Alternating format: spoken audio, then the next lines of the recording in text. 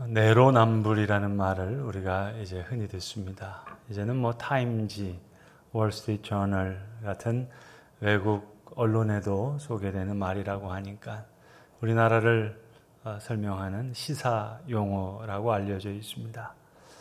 그러나 저는 이 말이 시사 용어가 아닌 아주 철저하게 신학적인, 아주 철두철미하리만큼 신학적인 용어라고 생각하는 사람입니다.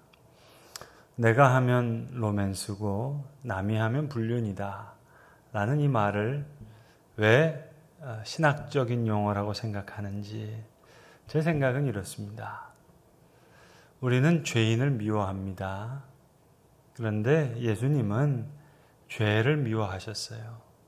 죄를 너무 미워하셔서 죄를 위해서 십자가를 지실 만큼 죄를 미워하시니까 죄인은 사랑하게 되십니다. 근데 우리는 죄인을 미워해요. 그래서 죄인을 향해서 돌을 던집니다. 죄를 미워하지만 동시에 은근히 죄를 사랑해요. 죄에 엄청난 매력이 있습니다. 우리를 끕니다.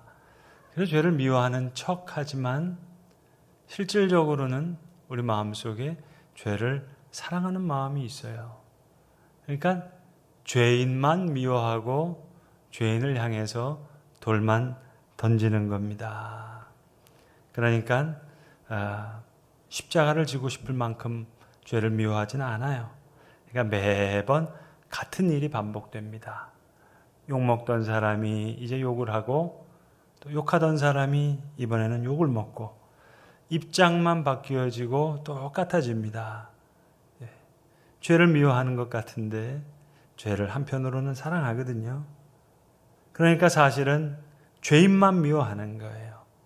저는 이것이 내로남불의 뿌리라고 생각합니다. 죄를 미워하시고 죄인을 사랑하시는 주님 안에만 해답이 있다 하겠습니다. 여러분, 오늘 본문에 나오는 제자들이 뭘 그렇게 잘못했죠? 글쎄 옳습니다. 예수님 왜 이렇게 화를 내시죠? 오늘 제자들이 무슨 갑질을 했습니까? 아니면 소위 내로남불을 했습니까? 근데 오늘 주님께서는 사랑하시니까 화를 내십니다. 사랑과 분노는 마치 동전의 양면과 같아서 다른 것 같지만 사실은 같은 에너지입니다. 대상이 없으면 사랑할 수가 없습니다. 그것이 우리가 소중한 이유입니다. 하나님께서 우리를 사랑하시는데 대상이 없으면 하나님의 사랑까지도 무효가 됩니다. 그러니까 우리가 예쁘다, 우리가 잘나서다, 그 이전에 하나님께서 저와 여러분을 사랑하시기로 마음먹었기 때문에 우리가 사랑의 대상이기 때문에 내가 없으면 하나님의 사랑도 성립이 되질 않아요. 그만큼 사랑의 대상은 소중합니다.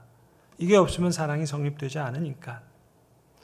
그래서 오늘 주님께서 사랑하는 자를 찾으십니다. 여러분, 우리가 매번 들으면서도 매번 어색한 좀 말이 있죠. 사랑합니다 고객님. 어떻게 생각하세요? 사랑합니다 고객님 그 얘기를 듣고 안내원한테 저도 사랑합니다 그러시는 분 계시나요?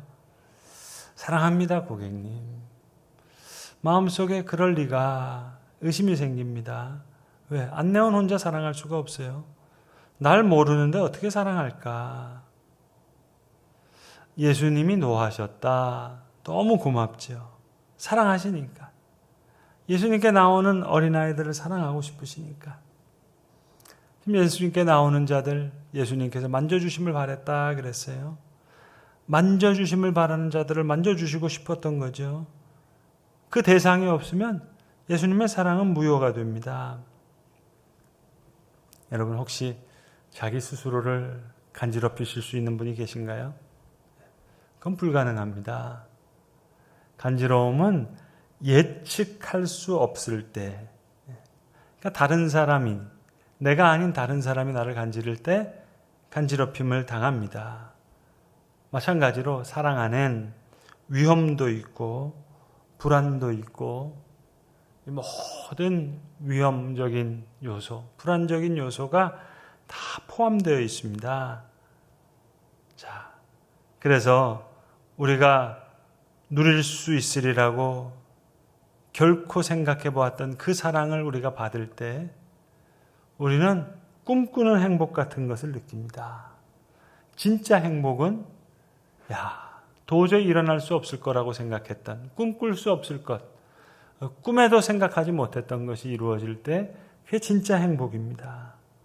어린아이들이 예수님 만난다는 건 진짜 행복이에요. 꿈도 꾸지 못했던 행복이에요. 진짜 행복을 저들이 맛봅니다. 이것도 모르고 제자들이 애들은 가라 그러면서 애들을 지금 못 오게 했습니다. 워이 쫓아낸 거예요.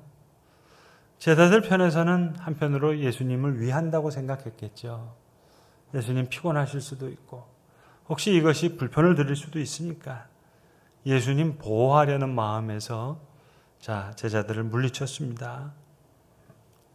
여러분, 우리는 불안할 수 없고 중독될 수 없고 우울할 수 없고 분노할 수 없다면 우리는 사랑할 수도 없습니다.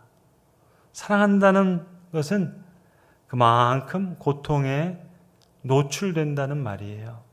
그러니까 사랑하기 위해서는 상처받을 준비도 되어 있어야 되고 또 버림받을 준비도 되어 있어야 됩니다.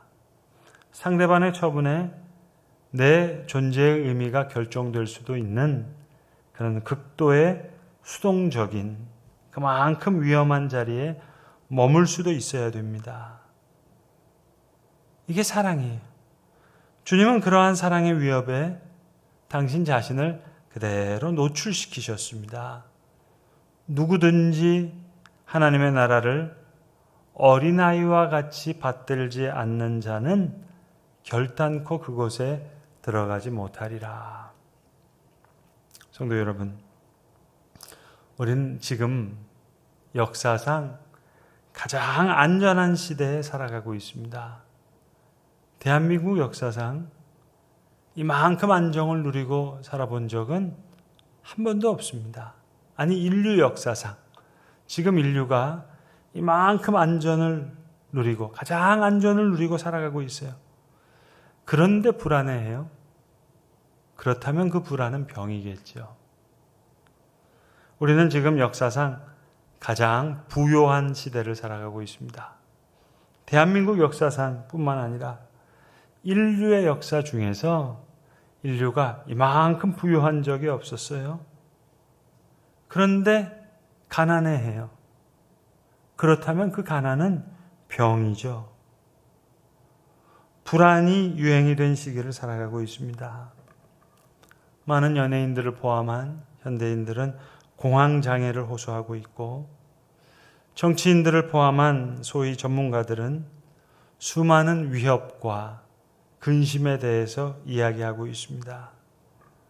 완벽한 통제에 대한 욕구가 끊임없는 불안을 일으키고 그 불안이 다시 통제에 대한 강박을 만들어서 역사상 가장 안전한 시대를 살아가고 있으면서도 가장 불안해하고 역사상 가장 부유한 시대를 살아가고 있으면서 가장 가난해하고 있습니다.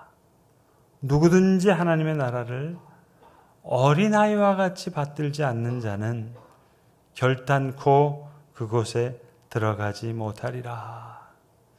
어린아이처럼 받든다 하는 게 과연 뭘까요? 여러분, 다시 한번 생각해 봅시다. 오늘 본문의 제자들이 이렇게까지 야단 맞을 일을 했나요? 오늘 본문에 나오는 제자들, 오늘 저와 여러분, 우리와 비한다면 이분들 어린아이들 같다고 할 만큼 순진무구하지 않나요? 오늘 성경 본문에 사람들이 어린아이를 데리고 오매 제자들이 꾸짖었대요. 애들은 가라. 사실 이거 한마디 한 것뿐입니다. 여러분, 오히려 오늘 우리가 우리 주변을 향해서 더 꾸짖는 사람 아닙니까? 불안이 최대한 제거된 시대에 살면서도 가장 불안해하면서 그 불안 때문에 주변을 꾸짖어요. 위험에 대한 불안이 안전에 대한 욕구를 일으키고 때로는 이게 강박을 만들어내고 그래서 오히려 불안이 만성화된 그 불안을 만성화시키는 형국이 되어서 주변을 향해서 위험하다고 왜 이러냐고 꾸짖게 만듭니다. 여러분 공황이라는 것도 불안에 대한 불안입니다. 한번 공황을 경험했어요. 너무 불안해. 너무 고통스럽거든요. 그러니까 내가 통제할 수 없는 상황, 엘리베이터라든지 기차 안이라든지 뭐 비행기 안이라든지 이럴 때 그 불안이 찾아오면 어떨까 해서 불안에 대한 불안 때문에 불안이 악화되는 악순환을 겪고 있습니다. 예수께서 보시고 노하시어 이르되, 노하셨다는 것은 사랑하셨다는 거죠. 글쎄요, 제자들이 손바닥 한 대에 맞았다면 우리는 손바닥 10대쯤 맞아야 되는지도 모르겠습니다. 뭐가 그렇게 불안하다고, 뭐가 그렇게 위험하다고 이 난리를 치죠. 제자들은 꾸짖었대요. 예수님은 노하셨대요. 하나님의 나라가 이런 자의 것이니라. 내가 진실로 진실로 너희에게 이르노니 누구든지 하나님의 나라를 어린아이와 같이 받들지 않는 자는 결단코 그곳에 들어가지 못하리라. 오늘 말씀을 준비하면서 어제 한번 이런 생각을 해봤습니다. 오늘 이 말씀을 어린아이처럼 어떻게 한번 적용시킬 수 있을까? 그럼 어린아이라는 게 놀이터에 가서 라면 땅 같이 까먹으면서 함께 놀던 그 어린아이들 아니겠습니까? 그럼 어린아이들처럼 하나님 나라를 즐기는 그 마음은 뭘까? 우물터에 모여서 함께 물을 길러 마시듯이 아이들이 놀듯이. 여러분 우리 교회는 상가에 있잖아요. 1층에 보면 뭐 중국집도 있고 감자탕집도 있고 식당이 대략 한 7개 정도 됩니다. 뭐 커피집, 도나스집, 어묵집 합하면 한 10개 될 거예요. 코로나 때문에 다 힘들다 그러시는데 물론 뭐 여러분들이 동의해 주셔야겠죠. 근데 교회가 얼마씩을 선결제를 하고 주중에 보면 여기 상가에 이웃들이 많거든요. 상가에서 활동하시는 분들, 뭐 우리 관리소장부터 해서 청소하시는 분들도 계시고 마트 직원도 계시고 학원 선생님도 계시고 병원 직원들도 계시겠죠. 다 이걸 우리 이웃으로 식구로 생각하고 우리 서로 그 같은 상가에서 자유롭게 가서 식사하시라. 그러면 어떨까? 한 2-3달 정도는 상가에서 우리 주중에 이웃처럼 지내는 모든 직원들, 상가 식구들이 이웃처럼 친해지지 않을까. 딴 데 배달시켜 먹지 말고 서로 돕고 좀 거창하게 하나님의 나라 생각하지 말고 어린아이들 놀이터에서 같이 간식 나눠 먹으면서 놀듯이 코로나 때문에 상가 이웃들 뭐 어렵다면 더 친해지고 이 식당 주인은 또 다른 식당도 한번 가보고 서로 먹어도 보고 괜찮을 것 같지 않을까 생각해 봤습니다. 하나님 나라 멀리서 찾지 않고 여기서 어린아이처럼.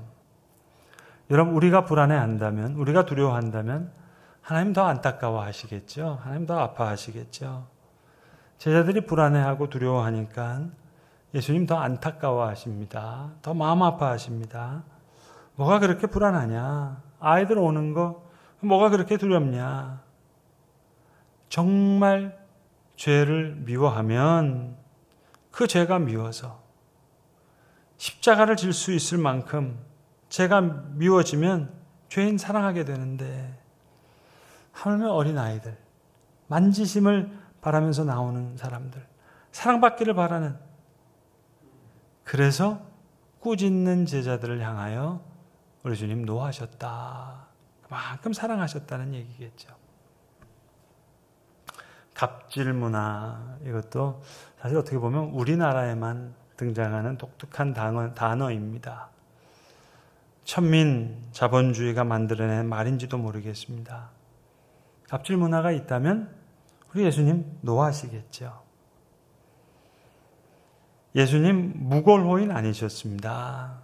줏대 없이 두루뭉실하게 순해서 모든 사람의 비유를 마치는 그런 무골호인이 아니셨습니다. 겸손하지만 분명한 자기 입장이 있으셨어요. 그래서 노하기시도 하시고, 이 자기 입장이 없다면 같이 무너지는 사회에서 함께 무너질 수 있거든요. 예수님 당신의 분명한 입장이 있으셨어요. 사람을 사랑하시고 고귀하게 여기시는 그 입장이 있었다고요. 우리가 너무 메시아 컴플렉스를 가질 필요가 없습니다. 예수님 닮아야 하지만 우리가 예수님 아닙니다. 아니, 예수님도 제자들에게 말씀하셨어요. 너희가 가서 하나님 나라를 전하라. 병든 자를 치료해 줘라. 귀신을 쫓아내라. 그리고 그들을 위해서 평안을 빌라. 그러나 그들이 평화 받을 만한 사람이 아니거늘 손을 털고 나오라 그랬잖아요. 바지에 있는, 너희 발에 있는 먼지를 떨어버리라. 그리하면 너희가 빈 평안이 너희에게로 돌아오리라. 마냥 못돼 먹은 사람들 그걸 섬긴 게 아닙니다. 지키는 기준이 있으셨습니다. 물론 내가 저들을 감화시키겠다, 저것을 좀 변화시켜 보겠다 하는 마음을 품고 살아가는 건 좋지만, 그가 누군가를 함부로 대한다면, 나를 함부로 하는 것, 허용하는 것, 그건 좋은 태도가 아닐 것입니다. 오늘 주님 잘못된 부분에 대해서 노하셨다. 그것이 사람의 고귀함을 지켜내고 자존감을 지켜낼 수 있다면 고귀함을 지켜냈습니다. 자, 예수님이 이만큼 분명한 자기 입장이 있으셨습니다. 사람을 사랑하시는. 그래서 어린아이를 가운데 세우시면서 높이시는 거예요. 그들을 안고 품에 안고 그들을 안수하시면서 축복하셨습니다. 오늘 이 불안공화국에서 주님께서는 우리로 하여금 담대하게 위험을 무릅쓰고 사랑하며 살아가기를 원하실 거예요. 천민자본주의에서 인간의 존엄성을 찾으며 살아가기를 원하실 겁니다. 예수님 우리 가운데 오신다면 갑질문화, 내로남불, 노하셨겠죠.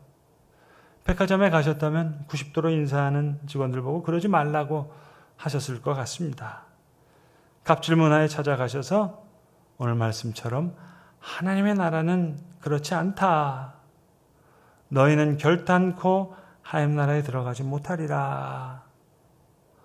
오늘 어린아이를 지켜냈듯이 주님께서는 그렇게 고귀한 사람들의 생명과 존엄성을 지켜내셨을 거예요. 그래서 복음서에 보시면 복음이 가난한 자에게, 포로된 자에게, 눈먼 자들에게, 눌린 자에게 전파된다 하라 그러잖아요.